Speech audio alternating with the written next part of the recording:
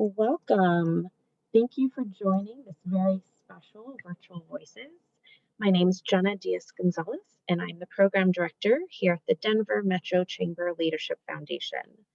The Virtual Voices series is co-created with our partner TIDE, which is Talent, Inclusion, Engagement, and Diversity, and it's curated for those throughout our networks and for the broader community. So thank you for joining us.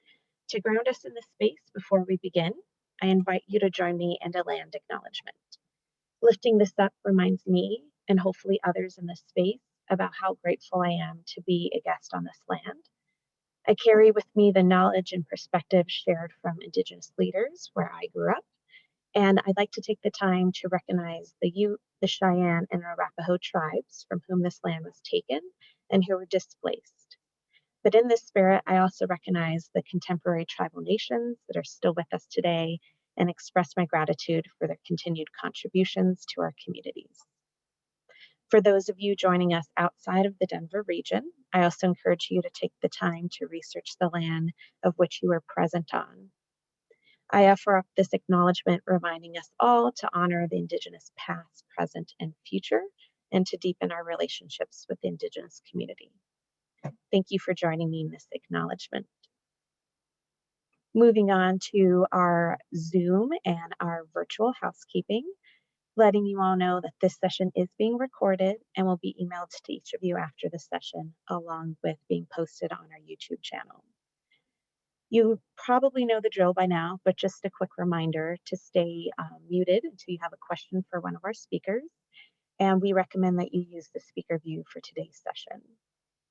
We also encourage you to engage in the chat, post reflections, resources, questions throughout the program, and we'll monitor that and bring it back to the group. And we'll also use that to queue up any questions for our speakers at the end. Live captions are available for this session. So when prompted, you can choose to have your captions displayed or not on this screen. If you have any technical questions, please chat Zatia Akia on our team. You'll see her as host. And those are some of our online protocols. A very special thank you today. I'd like to recognize our first presenting sponsor of the Virtual Voices series, and that is Southwest Airlines. Thank you so much for your support of this program. And I'd also like to thank Molson Coors as our continuing galvanizing. Oh, didn't get that sponsor. Thank you for both your partnership and this very important work. And a huge thank you to our 2022 Virtual Voices Planning Committee and to our newest member, Kenneth Ho, for bringing this content here to us today and our future sessions together.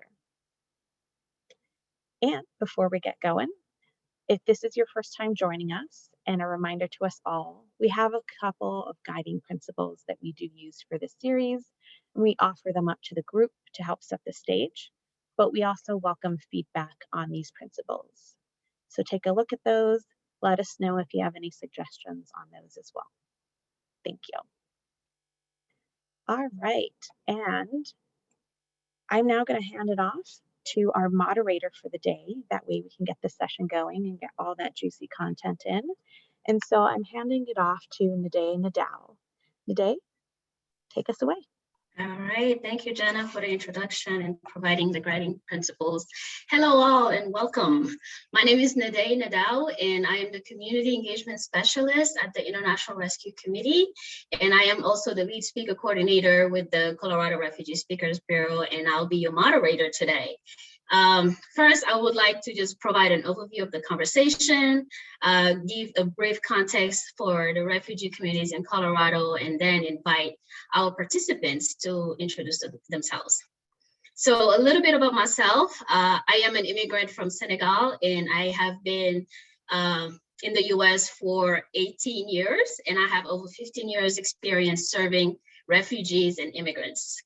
So before I take the pleasure of introducing our guest speakers, please allow me to express my gratitude to Denver Metro Chamber Leadership Foundation and the Virtual Voices team for planning this event and for doing something relevant in addressing the topic of creating spaces of belonging for refugees And also thank you to the attendees for joining us on a Thursday morning before lunchtime. So thank you for being here.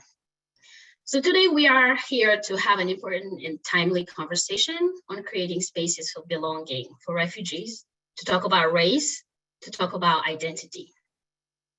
You may ask, who is a refugee?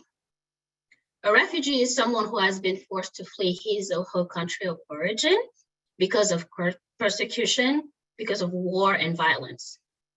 A refugee is someone who has a well-founded fear of persecution because of their race, their religion, their nationality, because of their political opinion, or because of their membership to a particular social group.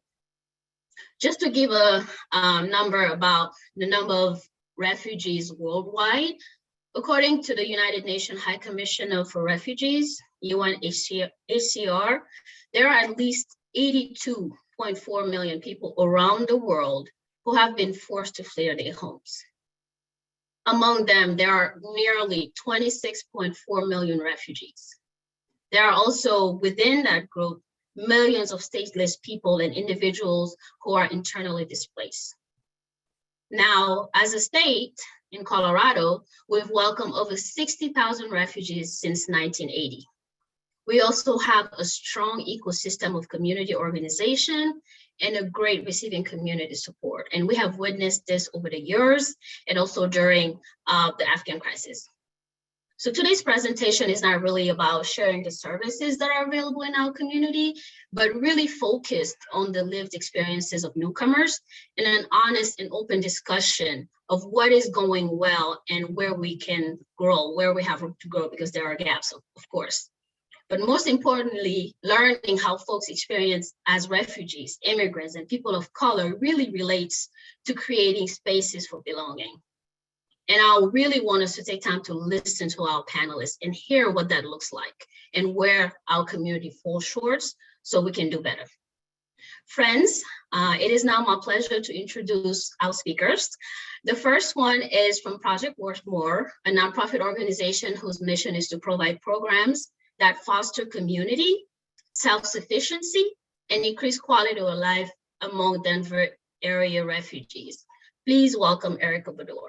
Erica? Thank you, Nade. We are very honored to be here and very excited to be a part of this conversation. I am the managing director of Project Worthmore, and I'm also the daughter of refugees. So I grew up with seeing firsthand struggles of my family, also,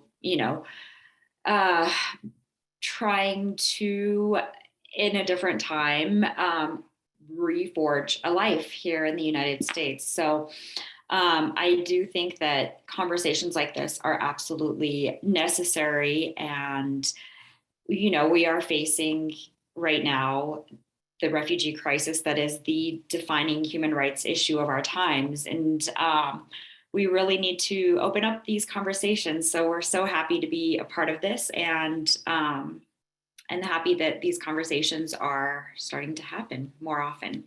Thank you. Great, thank you, Erica, and welcome. Next, we have one of the founding members of the Colorado Refugee Speakers Bureau, a human rights activist, the Refugee Congress delegate of Colorado, and someone whom I call family. Please welcome Na Vong Sandoval. Na? Thank you, Nade. I feel the same way. So thank you so much for those heartfelt sentiments and words. And I'm so honored to be here today. And all of the organizations that have made this not just an event or conversation, but this insight available to a broader community. And I'm hoping that beyond our conversation, we can turn this into something meaningful, which is action. That's what we're really needing right now, is to convert it to something more impactful for impacted communities. And as Nade had mentioned, I'm Na Vong Sandoval. I'm a Vietnamese refugee. I'm also a social justice and human rights advocate and activist, not just locally, nationally, but also internationally. I'm the Refugee Congress delegate for Colorado, as well as what Nade had mentioned earlier was a founding member and public speaker for Colorado Refugee Speakers Bureau. And I'm only going to share my 2 roles because I serve in a variety of hats. I wear a variety of hats in different roles.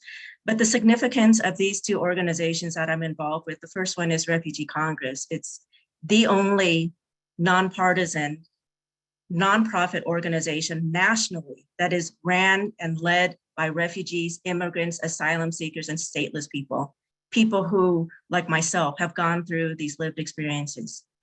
And we have representation from over 40 different countries with over 75 different languages. And so there's a wealth of lived experiences and knowledge and expertise within that realm. And the second part is the Colorado Refugee Speakers Bureau, which serves as a mechanism for our rich stories, our rich insights, our valuable information, and things that we see still need to happen for communities that continue to arrive in Colorado by no choice of our own. So I'm grateful that I'm here today. I'm grateful that you've all joined us as participants, as panelists, as moderators, and of course, you as a guest and as an attendee are valuable to our conversation. I'm looking forward to hearing your comments, questions, and things that have been pressing, especially because this has been so relevant in our news cycle today. I'm interested in hearing what you have to say, some of the burning questions that you have, and just your overall thoughts on what has been happening and will continue to happen. Thank you. Wonderful, thank you, Na. Last but not least, we have a DU alum who has been doing amazing work as the executive director of Street Fraternity by providing a sanctuary for refugee and immigrant youth and young adults in the East Colfax community. Someone I had the honor to work with last year by hosting vaccine clinics in East Colfax. Please welcome Yoel Gebremezkel. Yoel, take it away.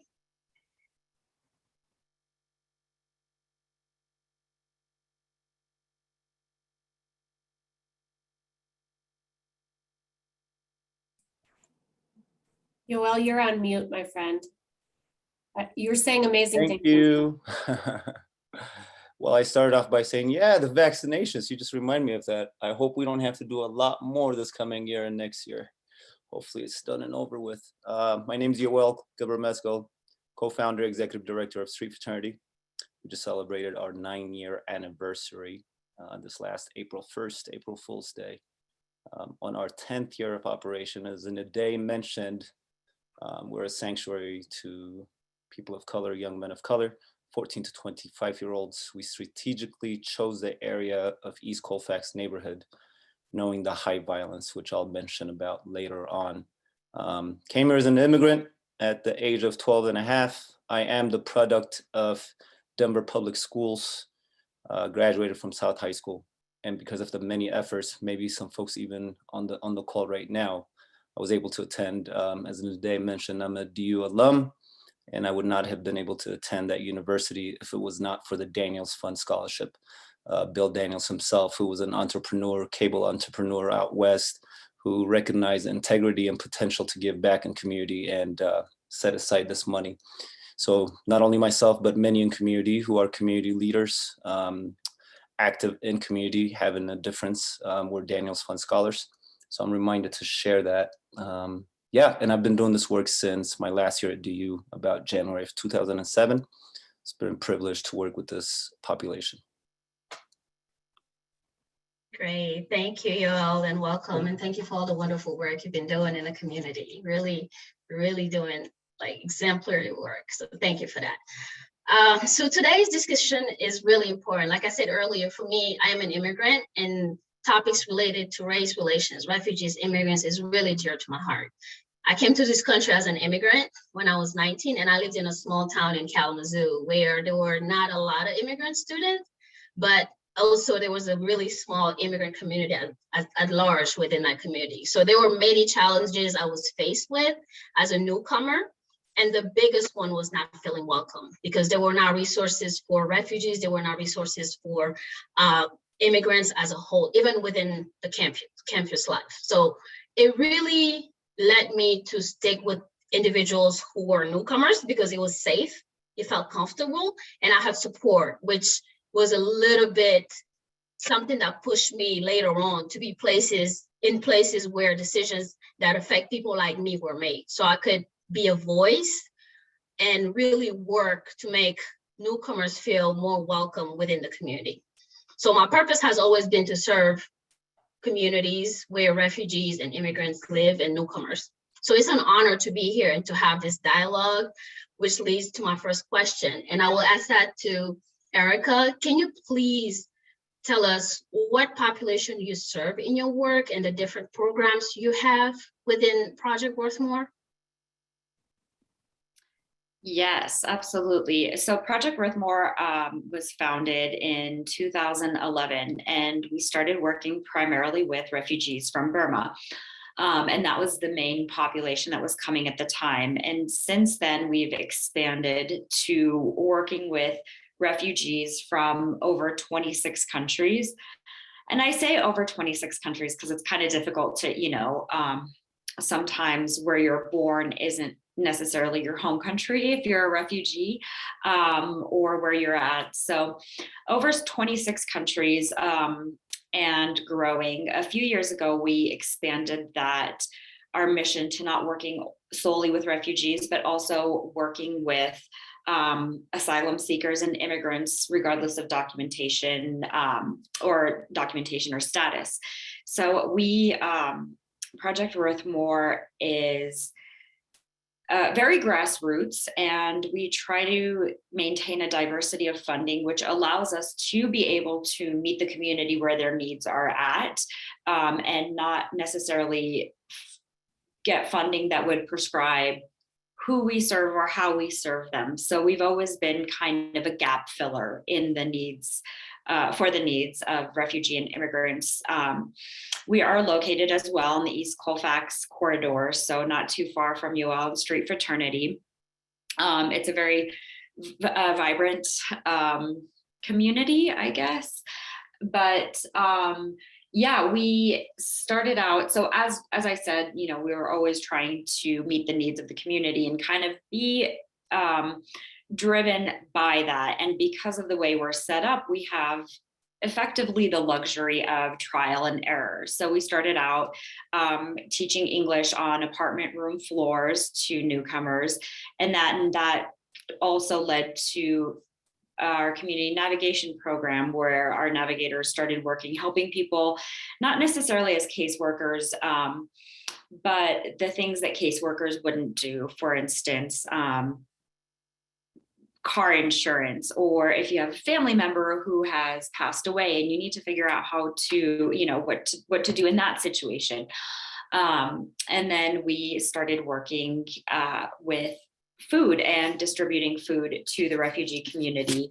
And at first we were distributing cans and things that were, that people had given Project Worthmore, and realized that was not what the community wanted or needed, or that in fact it wasn't really food, boxes of brownie mix and things like that. So we shifted, and now we only distribute fresh fruits, vegetables, proteins, and meats, so dairy as well. We also have a lawyer who works in our building to help with immigration cases and green cards and citizenship. We have a social bridging program that was also kind of rooted out of community need. We heard people talking, and it was like a very marking moment in my career when one of our students, English students, said that they had never been inside the home of an American person before, and they'd been here for like 6 years. So that is just something that we were like, okay, well, how can we curb that and create a bridge, and allow this community hold that space for community to come together and build community. And that's become also one of our main tenets, is just community building wherever we can, whenever we can. And we use language equity as a basis of that. So we'll have programming around that where our students are actually the teachers, and they teach their own language to Americans. And it's lovely. And we realize that Americans also are craving this community that, we thought would be beneficial, more so for the newcomers, but realizing it's beneficial for everyone. In 2014, Colorado expanded Medicaid to allow oral health care as well. Our co-founder is a dental hygienist by trade. So she had realized, and we all have been realizing, that oral health care is something that is completely overlooked in the refugee community. When people come here, they have a health screening, and it's basically the doctor looking in somebody's mouth and saying, okay, you're good or you're not good. And if they're not good by looking in their mouth, they're really not good. But, oral health isn't something that you can just kind of glance over. So we started our dental clinic, and now it has become one of our busiest programs. And we also have a farm, Delaney Community Farm, out in Aurora, which is poetically placed in the shadow of the Aurora Municipal Building.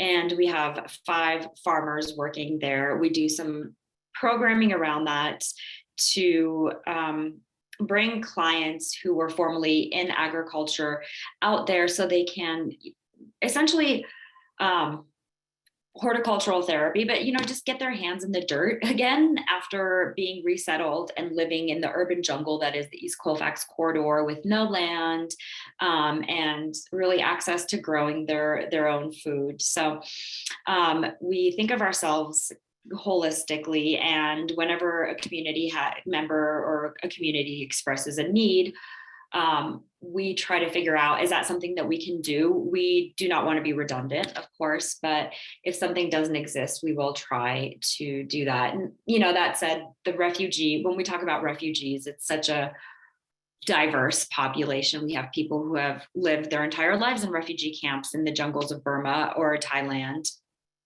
and people who have recently come as doctors from Afghanistan, so it's not a homogenous group. And we work around that, and we meet each individual where they are at.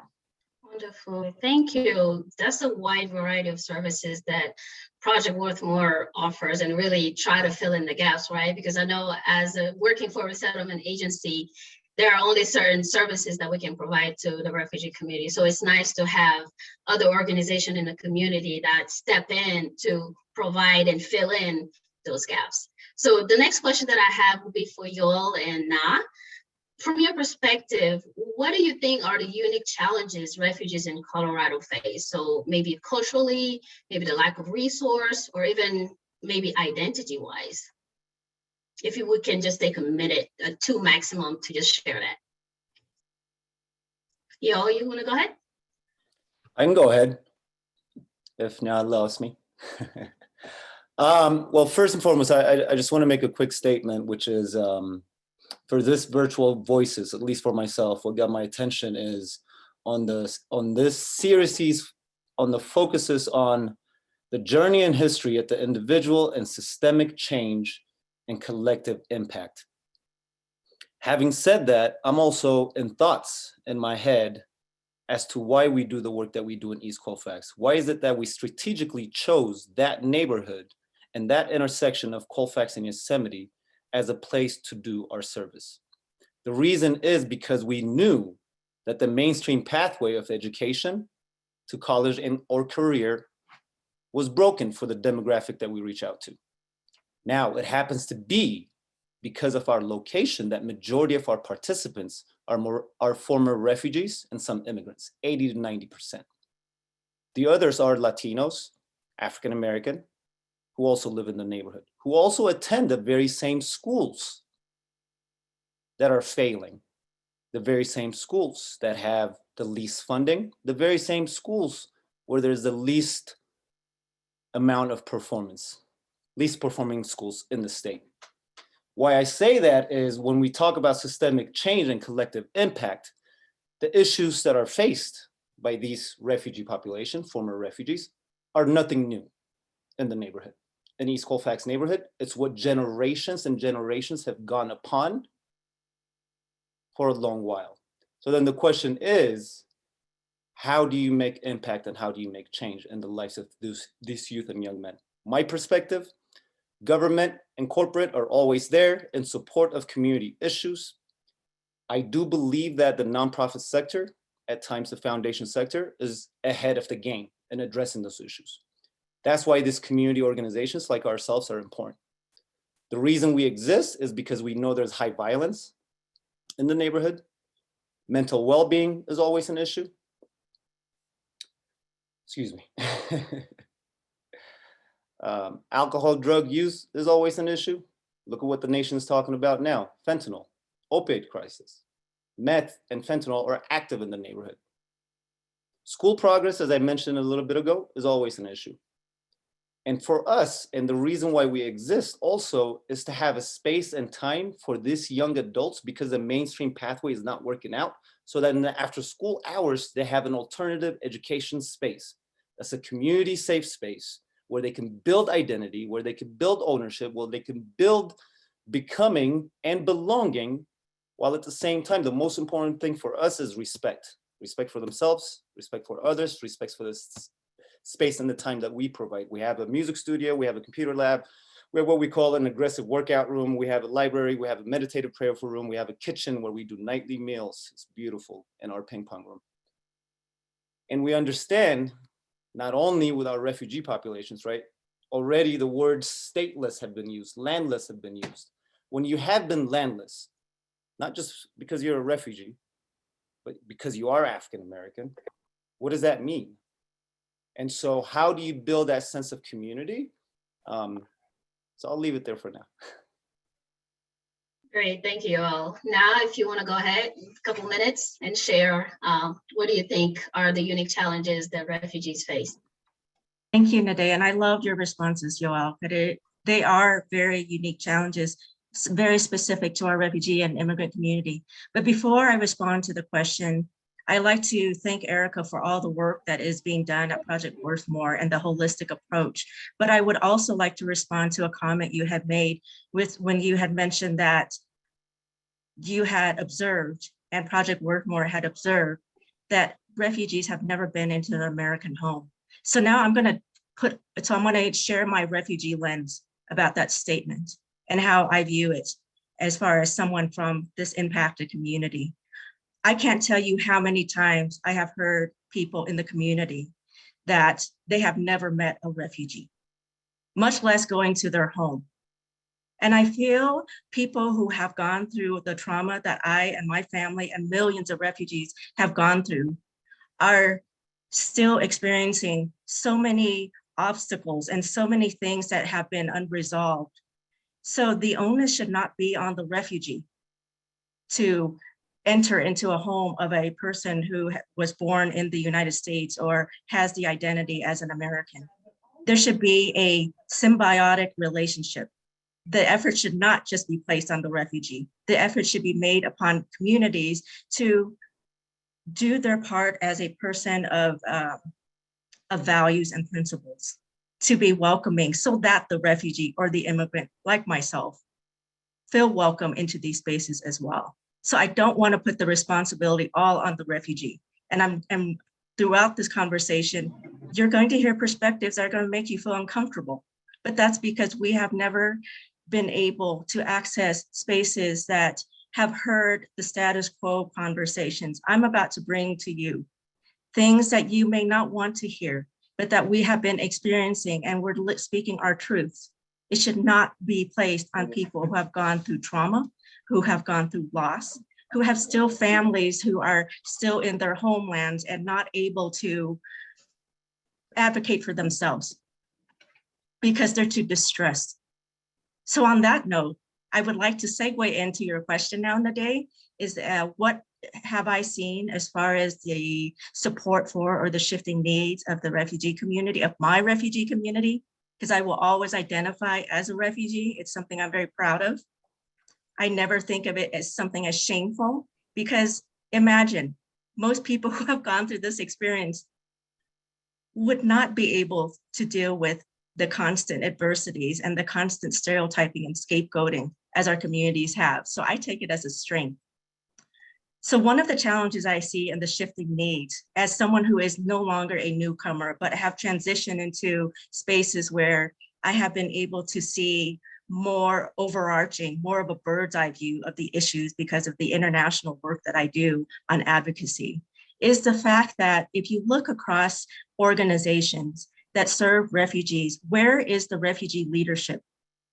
Where are these spaces that we can provide the perspectives that are going to be most meaningful and most impactful for our communities? You know, while I serve on the board of directors for the largest resettlement agency in Colorado, that needs to be the norm. I should not be the exception. I should not be the lone voice that's always making comments and getting responses all the time saying, I didn't even think of that. I didn't even think about the fact that these are the needs of the refugees. Well, how could they? How could they know without leaning on and without showing the appreciation for the things that we can bring to light that may have been blind spots during the process? So I see that as something that continues to be challenging. Because of the shifting needs, there are so many talented refugee and immigrant leaders in Colorado, throughout the nation, throughout the world. I've met them, I've worked with them, and this continues to be an issue. And I believe that this is our time now to effectively and more meaningfully engage refugee leaders in these spaces. Thank you. Wonderful. Thank you, Now. And I really agree with you when it comes to having more representation and having more refugee voices in places where decisions are made. It's really important because a lot of times we have folks who have no idea what refugees have gone through making all the decisions, if not most of the decision for refugees and how they should live their lives. So thank you for that. Right now, I'm going to switch it over just a little bit and talk about the Ukrainian crisis right now. We know we've gone through the Afghan crisis. Now we are faced with the Ukrainian crisis. However, there's been many crises that are going on at the same time around the world. However, we only hear about the Ukrainian crisis or the Afghan crisis. Do you think that the media does do justice to the different crises that are happening? And what are some of the biases you have observed that Coloradans should understand in the context of this current crisis? I will start with Erica. If you can provide your insight in a minute or less. It's so hard in a minute or less. I know. But this is, there's could be thousands of pages of a doctoral dissertation or whatever, you want to do about it. Yeah, that's, it's a very good question. And it's very weighted. What we're seeing with these two crises and how the government is, so there's two things, right? We're seeing that the government can react very quickly to crises. We see that administration can be lifted, barriers can be lifted to create new status to get people to come and resettle right away, which means we're seeing that people don't have to spend 19, 20 years living in a refugee camp waiting to go through all these processes, right? And that's kind of encouraging, and hopefully there's a shift to that. Obviously there is the racism is a huge factor in this. If this was not Ukraine, and it's, I do not want Ukrainians or Afghans or anybody to stay in danger or peril. However, we're opening the doors to these people, facilitating their process when there are millions of people living in refugee camps all around the world who have been there for years. And that's a heartbreaking reality. And I hope that we can learn that it doesn't have to be like that. I really do. Obviously, the media has a huge role in shifting our vision from one place to the next, and it can be very sensationalized. And in that sense, it can be very dangerous. But I think that what we really need to do right now is just kind of focus on the fact of what is happening and how it can be less complicated than we've been making it. How we do actually have the resources to welcome large amounts of people at one time, and how they are actually an asset to our country, and focusing on that, and helping these experiences to allow our country, our government, and large governments to facilitate resettlement for people. Thank you. Y'all, you want to go ahead in a minute? I know it's a heavy topic, and it's, when I'll talking just about get- biases, no, a it's minute okay, is not it's okay. sufficient. So It's you okay, can it's just okay. summarize it. I'll just very quickly share what's in mind. We're a very violent, gravitated media state and nation. Watch your local media. What is it? What is on it? I don't watch it no more. Violence. This is a very deep topic. Along with that, I'll say more important than that, maybe, if you don't, watch Trevor Noah, have him explain to you what's happening in Ukraine. Sometimes that's a relief to hear it from a comedic perspective. Lastly, I could share even personal experience and the reason why my mind went to violence prone as a community we are, or we gravitate towards that. I had more media reach out to me when a young person, our staff member, was shot and killed, evil, senseless act of gun violence recently, than media reaching out for the positive work and change that we do in community. So maybe that's why I'm sharing that. Having said that, it's amazing to see, in preparation for this call, I had to look up the Yemen conflict, and I needed to see there was 377,000 death toll by the end of 2021. And so it's like, and then that gets me in my mind, right? I know maybe portion of this panel, portion of this discussion will be like, what can we do at the individual, that the systemic change, that the collective impact? And I think my only response to that question right now, Nade, is if you aren't already, pay attention to what's happening with our country's foreign policy and its influence on what happens worldwide, right? And so not only when a conflict comes up, should we pay attention to those things?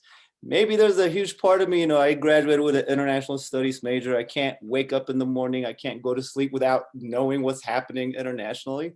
But I think it helps. It helps to carry on those dialogues individually for systemic positive changes and to have collective impact. Because now we're speaking about Ukraine, what's next? Unfortunately, there'll be many more events. So individually, can we pay more attention to our country's foreign policy? And what positive impact can we have collectively in that might have more of spreading love around the world?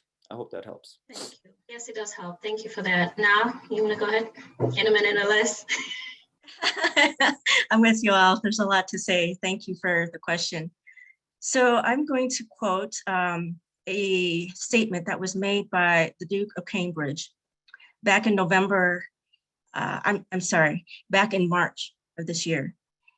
And it really encapsulates these sentiments that I have been seeing with people towards Ukrainian versus anyone else who's a bit darker, a darker shade of ivory.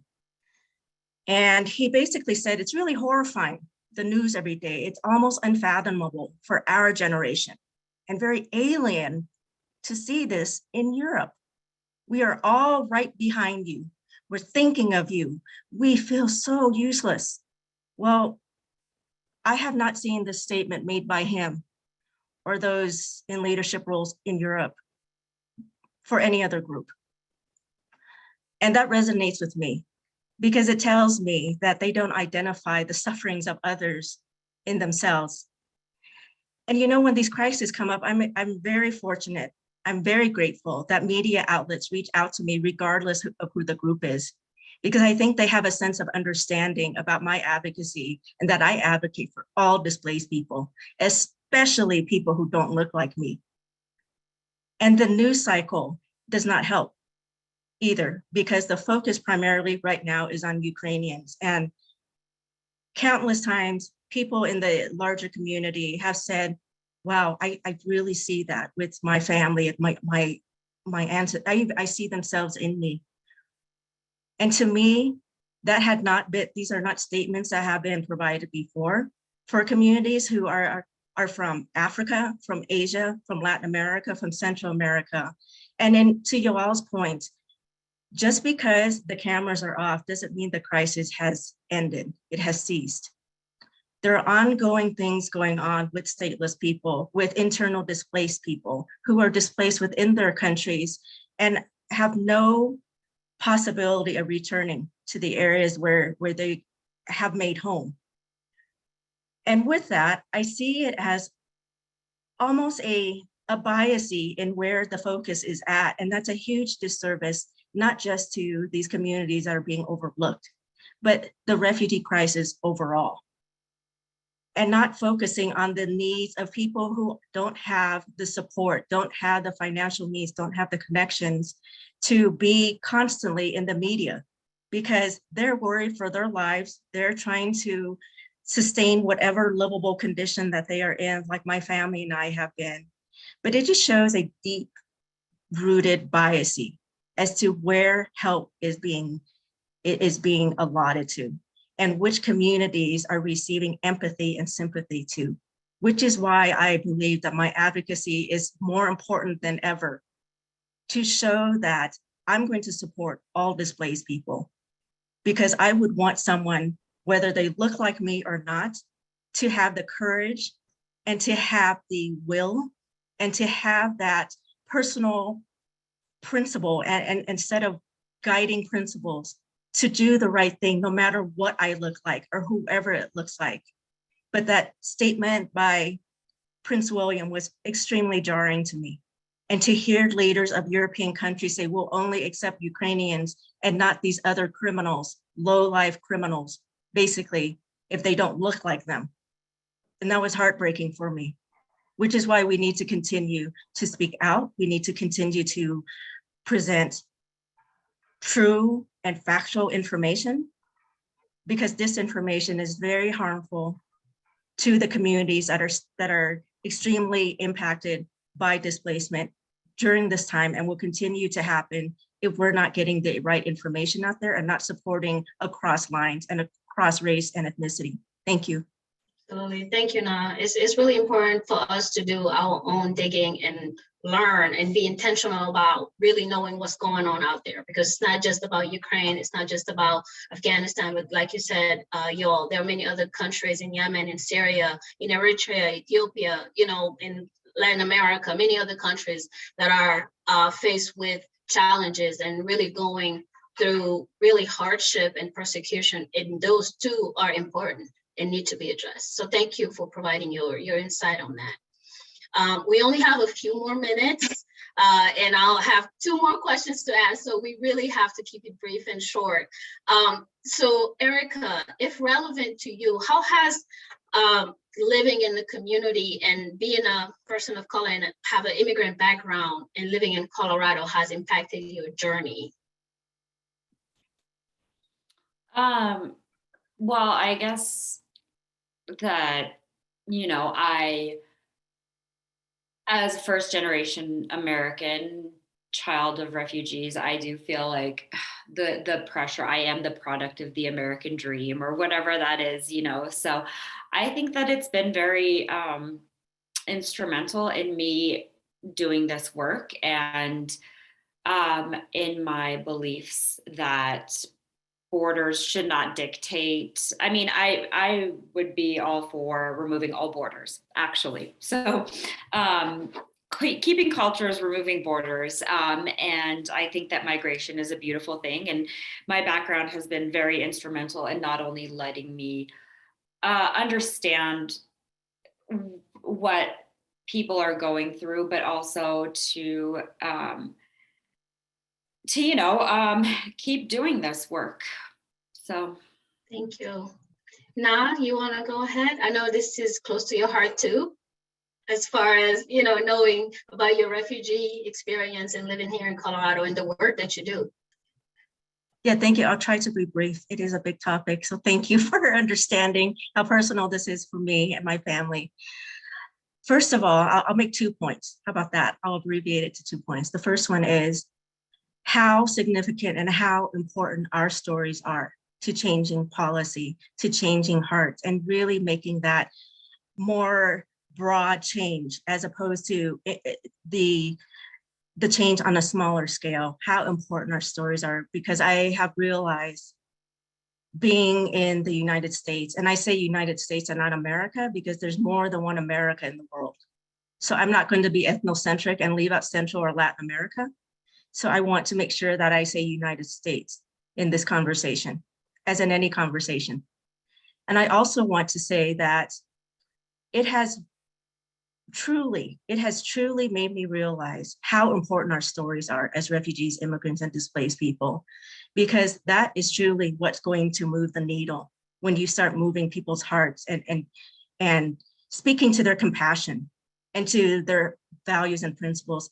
And the second one I would say is that what I've learned through the course of my journey is that the military industrial complex is highly, highly lucrative. Politicians from both sides of the aisle benefit from wars to stay ongoing and to persist and prolong because there's money to be made. So my suggestion is to vote them out. Do your research, vote them out, have people in there who are going to make humanitarian decisions to align with your values, first of all, and to also always make this issue at the forefront of people making decisions, always at the forefront, because as with news cycles, it's on to the next, on to the next.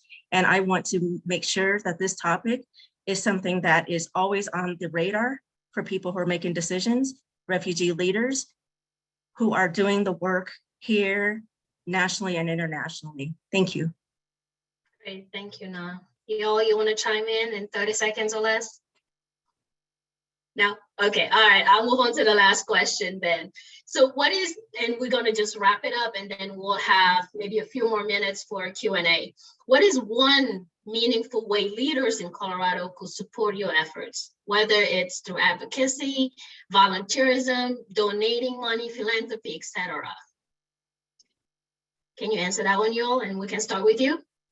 Sure. I'm also, I've been affiliated with the Chamber and still am, Leadership Denver class of 2015, as well as Civic DNA group from 2019. And I needed a refresher for myself. So I looked up some values from Leadership Foundation. And one of the quotes I got from there says, "We educate and inspire people who want to make a difference as leaders in their community." One of the values I got from the Chamber website, amongst many others, was putting more Coloradans to work. Nothing helps our families, neighbors, community, and economy more than the opportunity for more of us to go to work in great jobs. You know, I think some of those words there have been used by our panelists here. And so as I reflect and sit about, you know, how can folks get involved? For me personally, you know, I got hooked to doing this work because I started volunteering. I started volunteering at a refugee resettlement agency. Little did I know I would still be in Colorado. Before I knew it, we started a soccer program, after which I was employed and helping families register for school at Denver Public Schools, Aurora Public Schools, Cherry Creek School District. So just find a topic, an issue that you deeply care about, discover about it, identify community organizations or individuals to connect with, to support, to learn from, to share, to help them grow as well. I think that's one of the best ways to get involved. Great, thank you. Erica, what is one way leaders can really support your efforts? 30 seconds or less. 30 seconds or less. Philanthropy is always wonderful. Volunteering, I think, is wonderful as well. And through volunteering and getting involved with the community and just spreading the word and letting people know, you know, we at Project Worthmore, we always say you don't have to cross the ocean to help somebody, you can cross the street. Like, you don't have to go on these extravagant, you know, save the tortoise missions for $10,000. You can literally come over to East Colfax, and the world is here. So thank you. Now, So one of the questions I get quite often is how do I help? How do I help to make effective change? And of course, when I mention donate, people automatically think of money. And yes, of course, I mean money, but I also mean donating your talents in ways that are meaningful to our communities. And one of the, I think, more meaningful ways is that typically when donations are trickling in, it tends to be towards resettlement agencies, which is very important. But I think people are forgetting the behind the scenes work of these invisible heroes who are advocates, who are going and lobbying and testifying, providing our testimony, our stories to making the impact. And so donate to Refugee Congress. Use the toolboxes that we have on our website to share accurate information and not misinformation. Hear from refugee voices, hear from immigrant voices, hear from the people who know this topic better than anyone else. And I'm going to kind of cheat and add one more, is that have refugee leadership in your spaces. You will see a significant difference in the impact of the work that you're making. Thank you. Wonderful, thank you. Those are really great ways to really have the community be involved, right? Having a voice, hiring refugees and immigrants and people of color, really walking across the street, right, Erica, and coming to Project Worthmore, other organization in our backyards, and really supporting them. Advocacy and education are also other ways people can be involved. So thank you for that. Do we have a minute or two for questions and answer? Yeah, okay.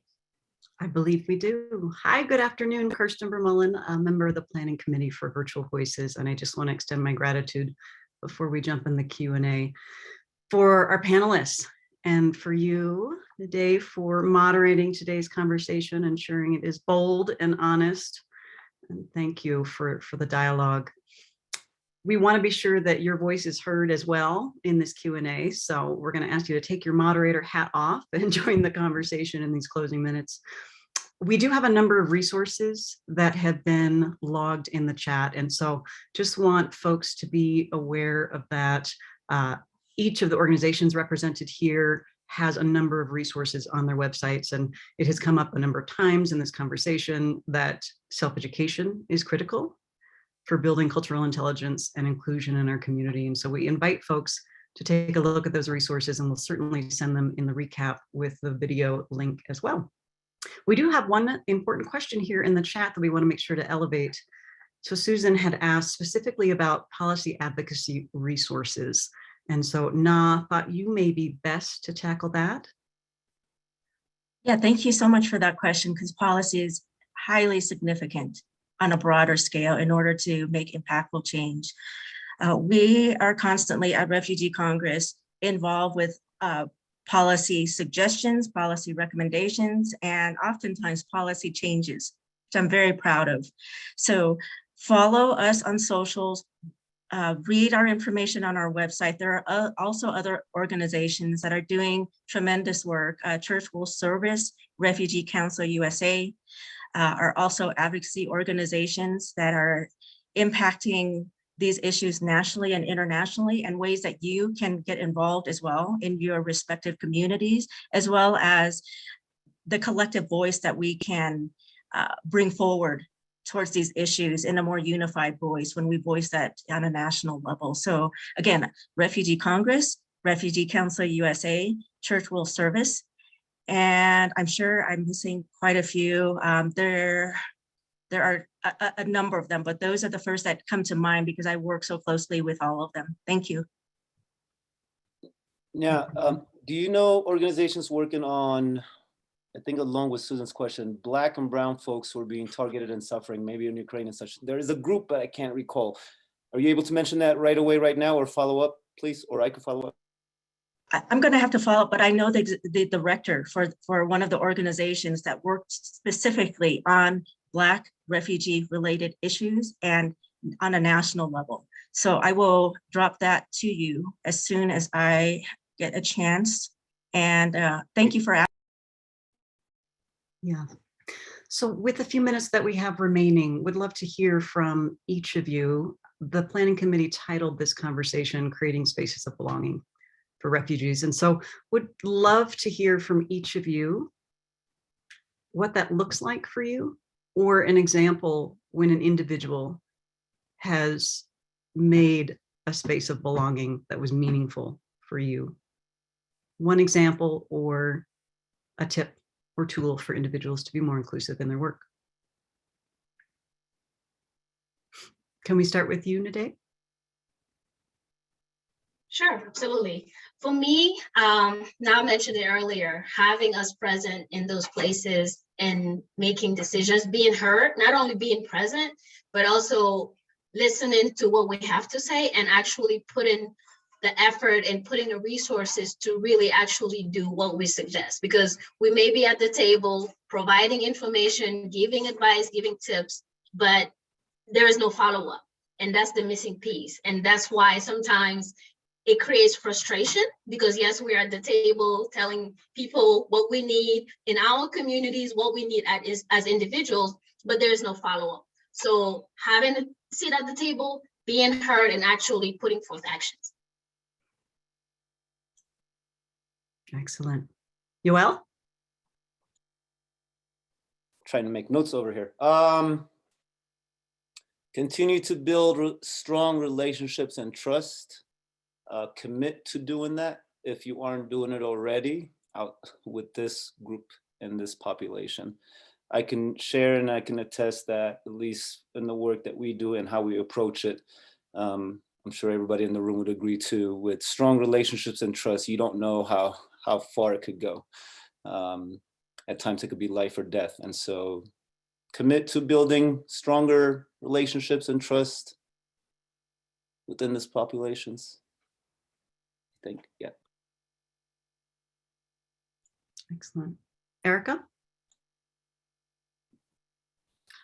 Yeah, what Nade and Yoel said were pretty spot on. I think that being inclusive, creating space to listen without tokenizing, I think doing it in a way that's authentic, listening, not just, having check boxes for representation of such and such a person on staff or whatever, I think is very, very important to understand and to be mindful of where you're coming from and what your past is and what your intentions are. And I think, there's a lot of corporate social things out there, ways to connect to community, and just finding those ways to connect and then authentically listening. Wonderful. Now we'll give you the final word. Thank you. No pressure. Oh. Thank you for sharing all of your thoughts and just insightful recommendations on how we can move forward. But to me, I think the most authentic way is to help any community, whether it's refugee or otherwise, is ensure, like Nade said, not only are we at the table, but we're at the decision-making process. We do not want to just be your photo op. We do not want to be your token. We don't want to be that box that you're checking off because you're going through your DEI checklist. That's not what we want to be. We want to make impactful change alongside you, not behind you, alongside you. And we don't want to be retroactively fit in your strategic goals. We want to be part of the conversation from the beginning to the end. Thank you. Beautiful, bold words. Thank you. Thank you all for joining us today. We will share resources and a link to this conversation if you'd like to revisit or share it with others. We certainly hope you will. There are also a couple of events that were noted in the chat. So if you'd like to engage again with some of these presenters, certainly encourage you all to do so. Thank you to Leadership Foundation and Tide for hosting today's conversation. We welcome your feedback for informing future discussions, and let's keep the dialogue going. Thank you all. Take care. Thank you. Thank you. For joining us, and a big round of applause for our. Thank you. And as people probably segue out, we'll send out to our Virtual Voices next event. Thank you. Thank you.